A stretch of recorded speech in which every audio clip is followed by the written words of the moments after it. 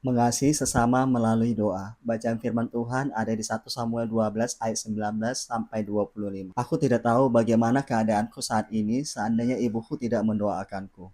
Sangat mungkin aku sudah tiada. Cerita temanku, Rahim. Ia seorang mantan pencandu yang pernah dipenjara karena mengedar narkoba.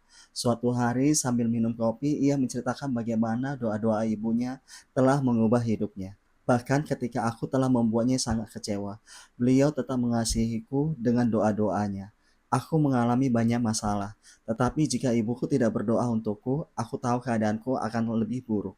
Catatan Perjanjian Lama tentang Samuel menceritakan kisah lain tentang seorang yang menunjukkan kesetiaannya kepada Allah dan sesama melalui doa. Pada hari Saul diangkat menjadi raja di Gilgal, Nabi Samuel merasa kecewa.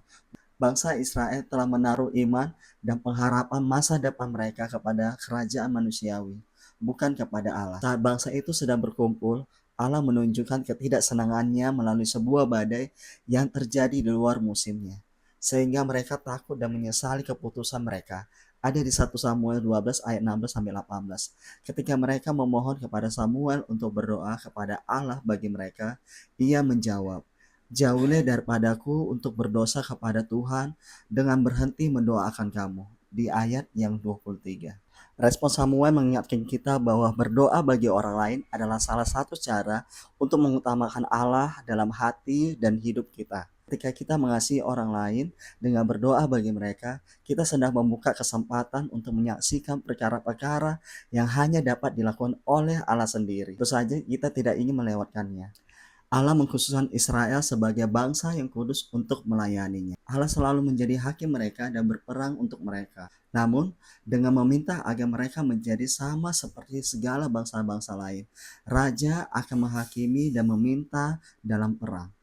Mereka menolak Allah sebagai hakim dan raja mereka. Setelah bangsa Israel memahkotai Saul sebagai raja, Samuel mengingatkan mereka bahwa Allah setia dan berulang kali menyelamatkan mereka, meski mereka tidak setia. Samuel mengingatkan tentang penghakiman yang akan datang jika mereka tidak setia. Mereka pun mengakui dosa mereka dan meminta Samuel berdoa untuk mereka. Ia menjamin akan terus berdoa bagi mereka dan meminta mereka, "Takutlah akan Tuhan dan setialah beribadah kepadanya dengan segenap hatimu." Kita pun dapat berdoa untuk orang lain, agar Allah selalu menjadi yang terutama dalam hidup dan hati mereka. Mari kita sama-sama berdoa.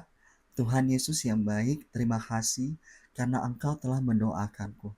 Tolonglah aku untuk mengikuti teladan-Mu dan mengasihi orang lain dengan doa-doaku hari ini. Amin.